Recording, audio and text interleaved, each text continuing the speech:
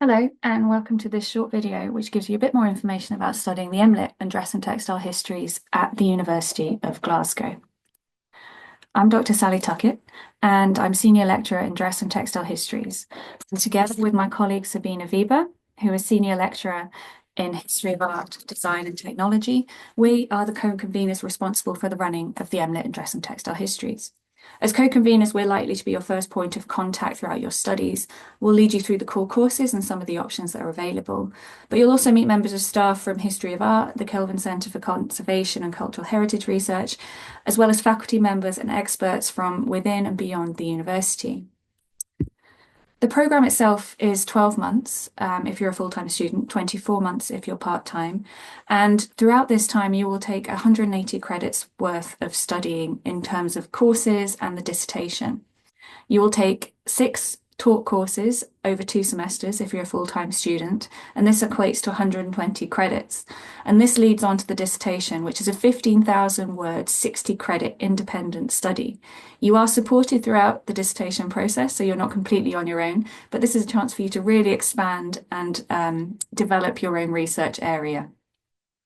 All of this programme is based on research-led and teaching, and that's one of the core reasons why you might want to choose this programme. It's structured to give you an insight into how dress and textile histories can be studied. It draws on historiographical and current ethical debates, and a lot of the optional courses in particular are based on our own members of staff's particular areas of research.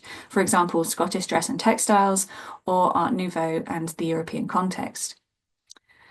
The taught components will give you the tools and resources to study many different aspects of dress and textile history, and you'll be applying independent learning and research to your dissertation project at the end. The combination of core and optional courses provide you with theoretical and practical experience into the subject, and they allow you to study both with your fellow dress and textile history students, as well as students from across History of Art and the Kelvin Centre for Conservation and Cultural Heritage Research. The core course on the programme, there are 3 core courses. The first one is Framing Dress and Textile Histories, and this sets out the historiography and methodologies that will be key to your studies. It introduces you to art history, economic history, literary approaches, and fashion theory. We're very aware that not everybody coming to this programme has done any kind of dress and textile histories before, so this helps give you a base level of all the different approaches that can be used. And in the second semester, this is built on with the second core course, which is Applying Dress and Textile Histories. And this brings in a series of guest lecturers to provide cutting-edge examples of how dress and textiles can be used in current contexts, from museum exhibition display to costume design, and everything in between. The third core course is Research Methods and Skills, and this is run with programmes throughout the History of Art department, so it gives you a chance to mix with students from different backgrounds and studying different topics. It's an essential component because not everybody has an art historical background, and this introduces you to key approaches, debates, as well as helping you develop practical research and study skills. The optional courses vary year on year, but you can see a selection that are listed on the slide right now. These give you a chance to engage with particular chronological periods and methodological approaches, working with a combination of classroom-based learning and site visits to relevant museums and collections. Some of these are run by Dr. Weber and myself. Others, such as Material Cultures and Understanding Textiles, are offered by colleagues in textile conservation. So these allow you again to mix with other students from different programs and different disciplines. Our wet placement option is always popular and enables students to get hands-on industry experience with placement hosts. And these have included recently the National Museums of Scotland, National Trust for Scotland, Glasgow Museums, the V&A Dundee, and our very own university archives and special collections. The assignments for all these courses vary quite considerably. They range from the traditional essay format to group presentations to individual presentations, exhibition reviews, and exhibition proposals.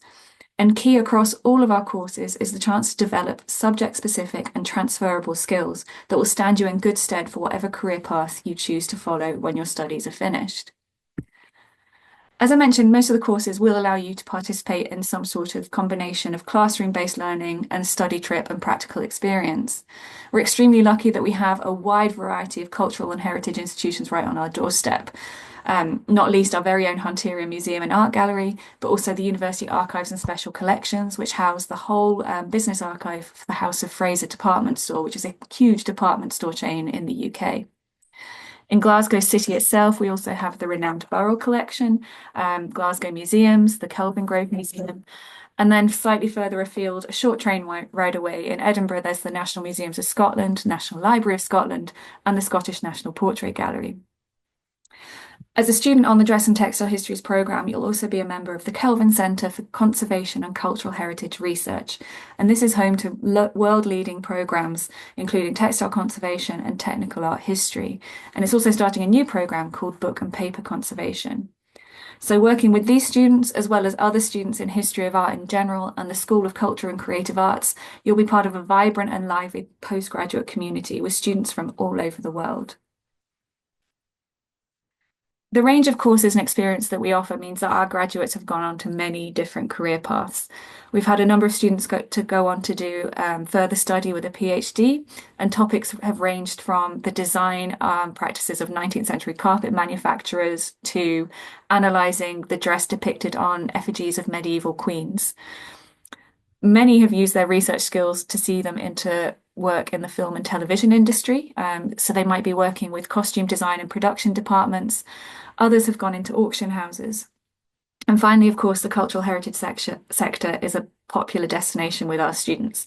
And they go on to work in collections care, visitor services, archival and curatorial roles. Graduates from the last few years have gone on to be employed by institutions like the V&A Dundee, the V&A London, National Museum Scotland, CosProp, and many others. If you want to apply or want further information, please see our webpage, which is available through the university website.